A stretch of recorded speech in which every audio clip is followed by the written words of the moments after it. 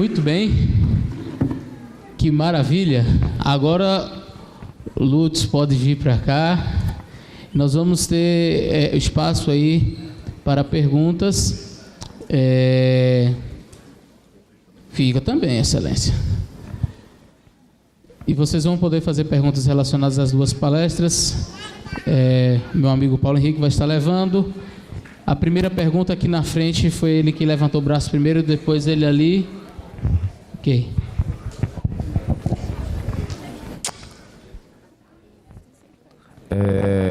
Ao Dr. Rodrigo Silva, eu havia chegado um pouco após o início da palestra. Desculpa, você eu não estou vendo já a disse... pessoa que está perguntando. Só levantar. Eu não estou vendo a pessoa. Tá aqui, pronto. Agora sim. Eu cheguei um pouquinho do início da palestra, então se você já falou, pode relevar. Alguns especialistas em arqueologia, principalmente submersa, eles falam de um achado de Yonaguni, se não me falha a memória, de uma civilização mais antiga do que a Suméria. Nesse caso, não havia possibilidade de haver mais achados evidenciais da existência dessa civilização, até mais do que a própria Suméria? Olha, eu já ouvi falar desse achado aí, inclusive perto do Japão também, já tem um outro lá que até tem os vídeos na internet. Até hoje eu já vi vários tentando falar assim, temos uma civilização mais antiga do que os sumerianos. E fora disso também você tem alguns nacionalismos que levam alguns a dizerem, por exemplo, você vai a Israel, a Palestina, eles vão Jericó, a cidade mais antiga do mundo. Você vai lá na China, ó, esse aqui é o mais antigo. Você vai na Índia, ó, esse aqui tem 30 mil anos, né? Mas eu vou pelo que a academia ainda diz de maneira oficial. Até que tenham, porque sabe que o saber acadêmico, científico, é um saber, é uma verdade provisória. Até que nós tenhamos mais dados, até que nós tenhamos mais elementos, eu ainda fico com a tese que a civilização surgiu na Mesopotâmia.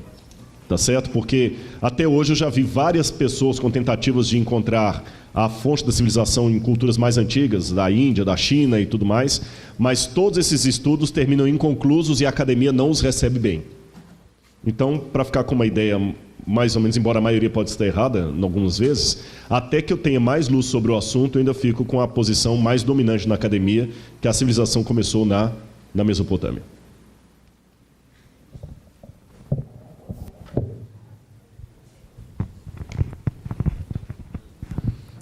Bom dia. Tua mão lá atrás também, depois lá atrás também. A minha pergunta é para Rodrigo Silva, né? Primeiramente, eu queria dizer que é até estranho estar te vendo pessoalmente, porque eu só vejo pelo YouTube. Obrigado. E aí... Melhor, teve gente que me viu no banheiro, então... Foi. Né? Ficou assustado. Também. Por uma questão de humildade. Mas eu lavei a mão, pode ficar tranquilo, viu? A minha pergunta é... Você estava falando de Imenkar, que fala de Nimrod, né? Em Gênesis 11:14 diz que Salá gerou a Eber. E um comentário que eu vi uma vez, e algumas pesquisas, é que Eber é o progenitor dos hebreus. Ou poderia ser. Como é que é? Desculpa, eu não entendi a sua pergunta. Em Gênesis 11:14 diz que Salá gerou a Eber. E em um comentário que eu vi, algumas pesquisas disseram que Eber seria o progenitor dos hebreus. E aí, você estava falando de Nimrod, eu queria saber essa questão de nomes, assim, de pessoas que talvez geraram povos, essas coisas. Como saber se essas informações são confiáveis ou... Na verdade, a gente sempre tem que trabalhar com uma margem de possibilidade de erro ou de acerto.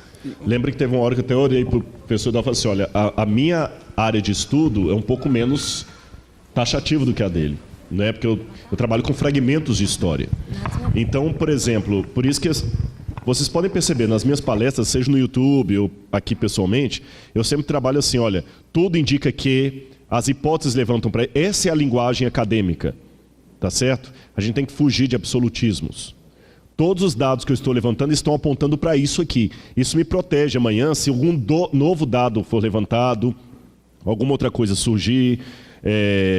por exemplo, teve recentemente um manuscrito bíblico aqui de Marcos que foi anunciado que provavelmente era do 1º século. Eu estava escrevendo um livro na enciclopédia da vida de Jesus, eu coloquei assim, alguns estudiosos estão acreditando que é do 1º século. Aguardemos novos estudos. A enciclopédia foi lançada na Bienal do Livro. Agora, 2 meses depois, lançaram que não, que ele é do ano 150, do 2º século. Eu não preciso mudar minha enciclopédia, falar assim, novos achados, você entende? Então a gente tem que ter essa linguagem acadêmica. E em termos acadêmicos eu posso falar assim, a probabilidade linguística é muito grande. É muito grande. Eu não posso trabalhar sempre com coisas absolutas, mas é muito grande. No caso de Eber, por exemplo, eles pegam a raiz hebraica do nome Eber com Ivrit, que significa hebreu, né?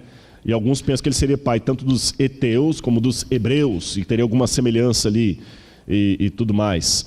Uma coisa sabemos até por cruzamentos de exames de DNA.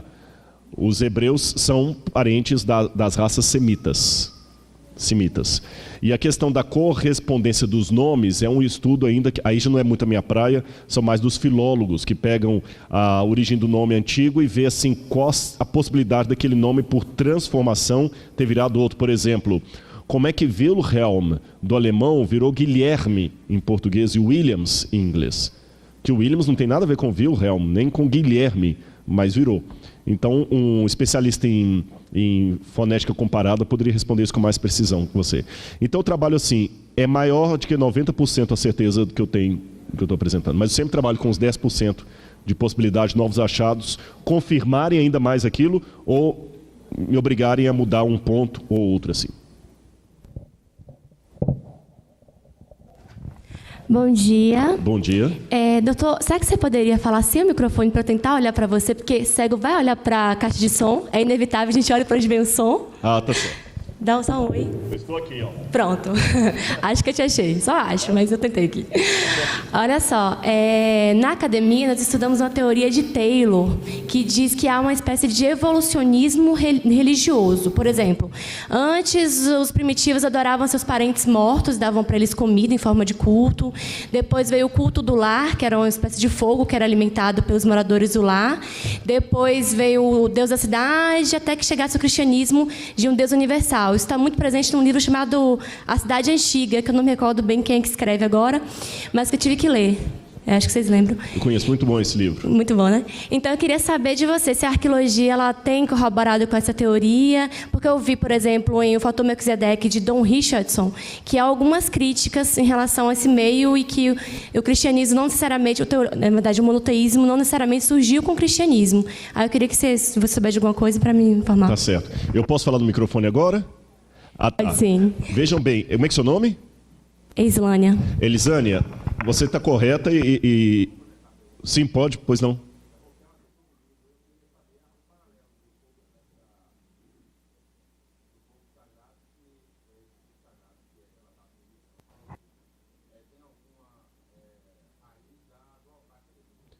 Tá certo. Ele quer saber, já que você, aproveitando a pergunta da Elisânia, se a questão do fogo sagrado, que aparece até nos livros que ela mencionou lá, ela mencionou a Cidade Antiga, citou o Fator Melquisedeque, de John Richardson.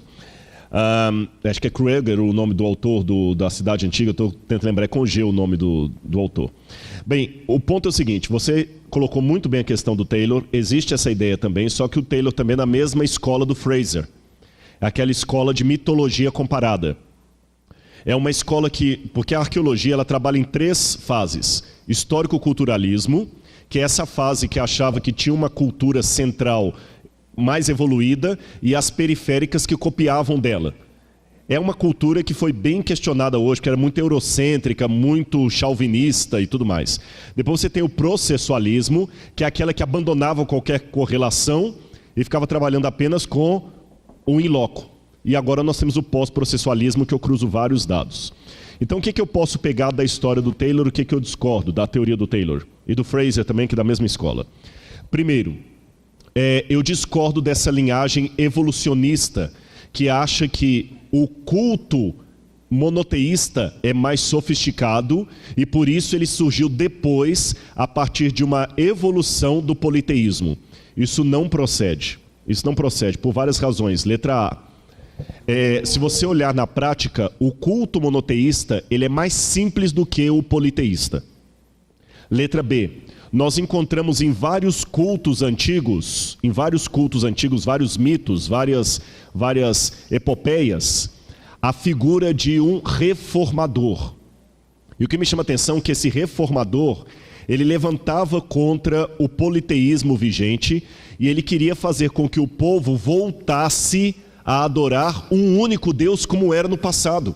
Você vê isso em Lao Tzu, você vê isso em Confúcio, você vê isso lá nos persas, no Zarastutra, você vê isso em vários grupos, você vê isso até nos egípcios, nos egípcios com Akhenaton. Essas figuras reformadoras, eles apontam para uma época em que aquela religião politeísta adorava um único Deus e depois se tornou politeísta. Um exemplo que eu posso dar da China. Toda essa visão politeísta chinesa, ela é da época das dinastias chinesas para cá, cerca de 1200 a.C. para cá. De 1200 a.C. para cá, a religião chinesa era monoteísta. Havia apenas um único Deus que eles adoravam e eles chamavam de Shang-Ti. Shang-Ti em chinês significa o Senhor do Céu. E esse Shang-Ti, que depois perdeu a sua unicidade e passou a ser adorado de maneira múltipla na figura dos imperadores e os seus espíritos, os seus descendentes, que começaram o culto aos mortos, o culto aos ancestrais. Então, antes do culto aos ancestrais na China, você tinha uma religião monoteísta de Shang-Ti. Então, se eu estou trabalhando com uma evolução religiosa, como acentuou Taylor e Fraser, os dados me indicam que, ao contrário do que eles concluíram, nós partimos de uma religião monoteísta que depois se tornou politeísta. E não o contrário, que era politeísta e depois se tornou monoteísta. Segundo, com relação a aspectos como o fogo sagrado que ele mencionou, algumas semelhanças são mais explicadas por terem um núcleo comum do que por uma depender da outra. A partir desses dados, a hipótese que eu levanto no pós-processualismo arqueológico é que nós temos dados que indicam que no passado houve alguma unicidade linguística cultural nos nossos primeiros ancestrais. Isso foi passando de maneira oral para os descendentes, depois de maneira escrita, e foi sendo transformado, mas nas mais diferentes etnias eu ainda encontro traços daquela religiosidade primitiva, que Dilmheim ia dizer que era o totemismo, eu, porém, digo que era o monoteísmo. Respondi ao ponto? Era essa a questão? Ok? Aqui também? Aqui. Basicamente, o senhor acabou de responder parte daquilo que eu ia perguntar. O senhor citou um exemplo ali ao final. Mas ninguém está tendo dúvida sobre sua palestra. Que negócio é esse? Eu achei interessante, viu? Eu tenho. Tá bom, pode perguntar. Eu ia falar que você apresentou no final um comparativo, né? Ali no slide final ali, a respeito da forma de adoração antiga, como o monoteísmo. Uhum. E aí eu coloquei aqui que, por exemplo, isso fugiria a essa regra, o zoroatrismo na Pérsia, por exemplo. E que não estava ali equiparado com aquilo que você colocou, que seria um mito, de que todos eram politeístas na antiguidade.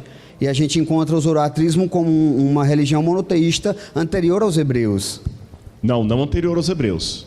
O zoroastrismo, o Zoroastro é 6º século antes de Cristo. 5 séculos antes de Cristo? 6º. 5 séculos. Zoroastro é 6º século antes de Cristo. Tá, então foi passado de forma errada para a pessoa que vos fala. Não, o zoroastrismo... É porque é o seguinte, deixa eu explicar. O Zoroastro, o que é anterior à religião persa que Zoroastro questiona, porque Zoroastro ele fala que havia um único Deus... Zaratustra. Zaratustra. Não, Zoroastro e Zaratustra é o mesmo. O Deus, na verdade, era... Só um minutinho que daqui a pouquinho vai vir. Esse Deus, essa divindade de Zoroastro, ele vivia no Zernanya Kereni, que era a eternidade. E ele tinha Osmud, que era o Deus do mal. Seu irmão. Osmud, o Deus do mal, e o Deus do bem, Ahura Mazda, lembrei. O Google é assim, eu já percebi uma coisa, viu? Eu não sou coach não, mas vou dar uma dica para vocês. Toda vez que faltar uma informação na mente, continua o diálogo, que a informação vem depois. E funcionou.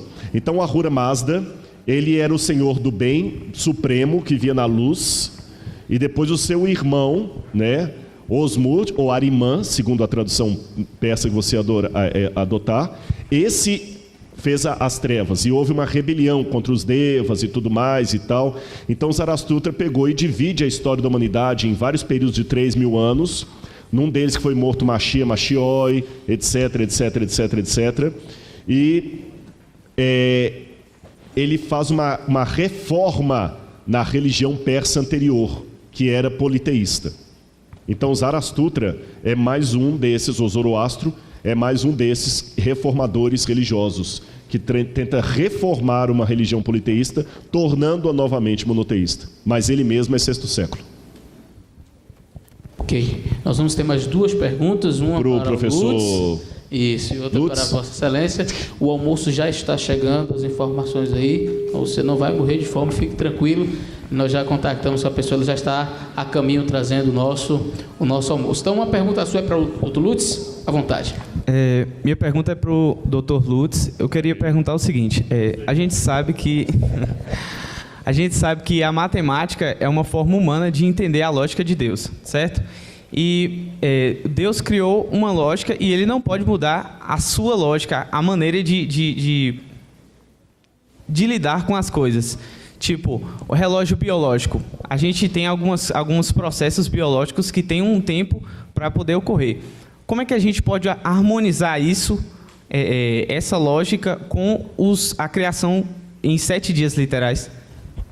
Ok, primeiro eu queria questionar o primeiro ponto, que a matemática seria uma forma humana de entender as coisas. Na verdade, isso se chama filosofia. Filosofia é a forma humana de organizar todo o conhecimento que nós temos de uma forma sistemática, organizada, e tentar ir organizando o nosso entendimento coletivo das coisas. Isso é filosofia. E aí a gente trata de todos os assuntos nessa área, né? E a gente fica com a ideia, a filosofia abrange tudo. Não. Filosofia abrange o entendimento humano. Matemática não. Matemática transcende o entendimento humano e transcende o conhecimento humano também. E a gente consegue descobrir isso na própria matemática, né? Então, frequentemente ela fala de coisas que a gente nunca observou, nunca viu, não viu nada parecido com aquilo. E as informações são precisas. A gente consegue obter informações reais do mundo físico a partir daí. E coisas assim que transcendentes mesmo também, né? Como o caso do teorema ontológico. A gente vê maneiras de estudar características de Deus. Ok.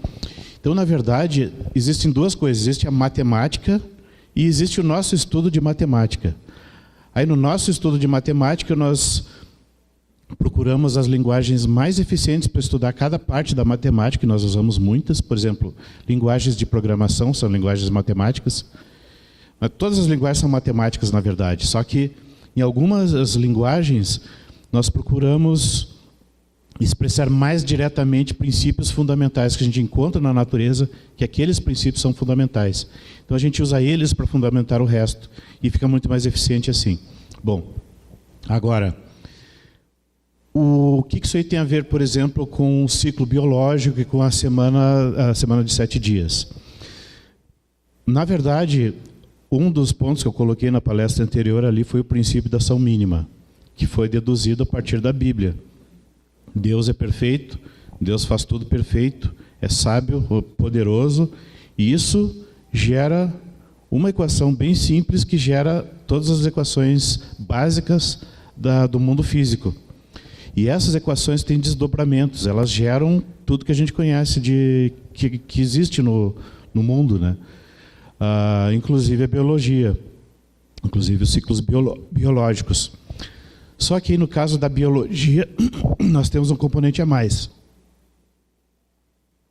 que é o componente do processamento de informações. Se eu pego, por exemplo, uma pedra, e vou estudar a pedra, ela tem milhões de propriedades físicas. E a gente consegue estudar essas propriedades físicas por aplicações de leis razoavelmente simples. Quando a gente vai estudar um ser vivo, além dessas, nós ainda temos uma camada de processamento de informações. Isso não foge da matemática, é só a aplicação de uma outra camada de software naquilo ali. E isso tem desdobramentos muito importantes. Sistemas que processam informações precisam de ciclos. Informação tem a ver com entropia. Entropia mede informação. Sistemas que processam entropia dessa forma precisam trabalhar com ciclos. Então nós temos ciclos desde da escala de nanosegundos até a escala de dias, de anos. E nós percebemos que nós temos um ciclo semanal que é difícil de justificar no cenário evolucionista, mas como a gente harmoniza, por exemplo, os fenômenos dos 7 dias da criação, de Gênesis 1, com os conhecimentos que a gente tem de leis físicas, né?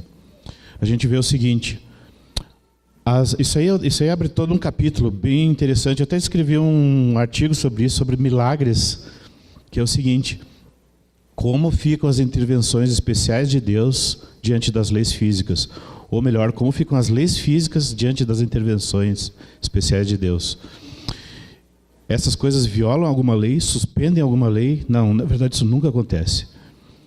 Agora, quando a gente vai interferir no sistema, num sistema qualquer, a gente pode fazer isso em velocidades diferentes. Por exemplo, quanto tempo demora para se formar uma duna de areia no deserto, sempre tendo tempestades de areia?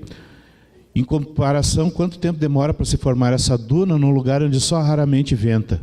Então, o tempo é diferente. Mas quanto tempo demora para se formar essa duna se alguém for lá com um balde e transportar areia e construir a duna? Pode ser muito rápido. Então, o que acontece é o seguinte: dentro digamos assim, do argumento científico, a gente consegue provar que Deus existe. Prova é uma coisa que a gente só consegue em matemática, né? No resto, assim, a gente tem evidências que a gente vai coletando e acumulando. Mas como a gente harmoniza isso? Bom, a gente tem ali, a partir do teorema ontológico, a gente tem o mesmo princípio da ação mínima, a partir da Bíblia também, e esse princípio rege as leis físicas. E quando a gente estuda essas leis físicas e estuda também as coisas que a Bíblia chama de milagres, ou que nós entendemos como milagres que estão descritas na Bíblia, essas coisas nunca se chocam com as leis que a gente descobre via princípio da ação mínima. E a gente sabe que Deus, se for pegar o que a Bíblia descreve, Deus trabalha em harmonia com as leis físicas, mas Ele pode agir de maneira rápida. Por exemplo, a criação do universo, que nós vamos ver de tarde, as leis físicas indicam que foi muito rápida. E a questão da criação da vida, a Bíblia descreve de maneira muito mais lenta, tomando uma semana, né? Mas é uma semana que a gente vê ali um processo de terraformação que faz todo sentido fisicamente. Vai ser, primeiro, ajustada a rotação da Terra, não haja luz. Não parece, né? Quando a gente lê à primeira vista, mas aquilo ali é ajuste da rotação da Terra, isso é explicado nos próximos versículos. Depois, preparação da atmosfera, preparação do solo para os animais poderem pisar, as plantas também. Limpeza da atmosfera para que se enxerguem os astros, e aí começam os seres vivos de acordo com a ordem ecologicamente que faz sentido. Dentro desse cenário faz todo o sentido do ciclo semanal, porque Deus construiu dessa forma, projetou esses seres que processam informação com esses ciclos de trabalho, inclusive ciclo de regeneração, né? Trabalho e regeneração tem diurno e tem vários ciclos pequenininhos que todo o sistema de processamento de informações tem. Mas o ponto principal é o seguinte: quando a gente vai olhar essas coisas do ponto de vista técnico, de leis físicas e de sistemas que processam informações, tudo faz perfeito sentido. Então, não sei se eu respondi também. Ok. A última pergunta, o almoço já está aí e a gente quer almoçar, eu quero particularmente. A última pergunta foi quem? A pessoa já está com o microfone. Ok, fique à vontade.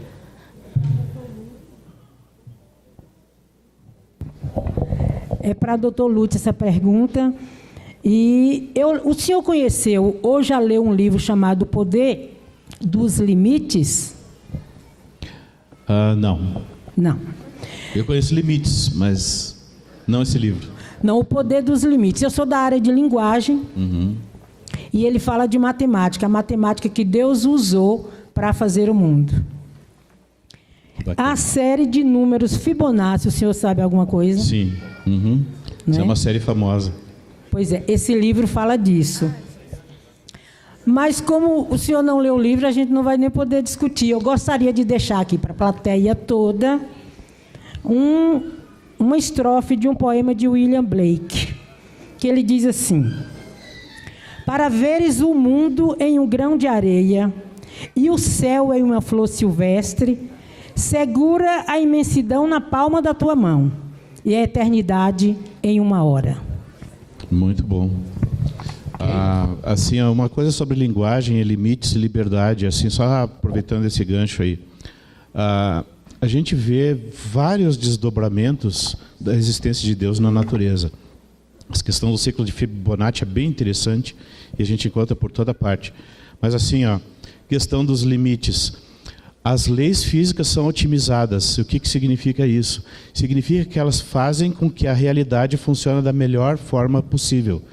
Para a gente entender um pouquinho essa questão das leis que determinam coisas versus a nossa liberdade, pense na questão da linguagem, pense o seguinte: imagina uma linguagem que eu tenho total liberdade. Eu penso que tenho total liberdade da seguinte forma: eu não preciso seguir regra nenhuma. Posso escolher os símbolos na hora, e cada símbolo pode significar o que eu quiser, quando eu quiser. Qual é o poder, qual é a liberdade de comunicação que eu tenho com isso? Vocês não vão entender absolutamente nada que eu disser, porque eu estou inventando símbolos na hora e eles significam qualquer coisa. A pessoa não pode, o receptor não vai ter como decodificar essa linguagem. Liberdade de comunicação, zero. Agora vamos para o limite oposto. Eu faço uma linguagem tão rígida que ela me obriga sempre a dizer a mesma coisa. A liberdade de expressão também é zero. Existe um ponto ótimo ali no meio, em que eu tenho suficiente liberdade para escolher os símbolos, mas os símbolos são bem definidos por regras bem definidas.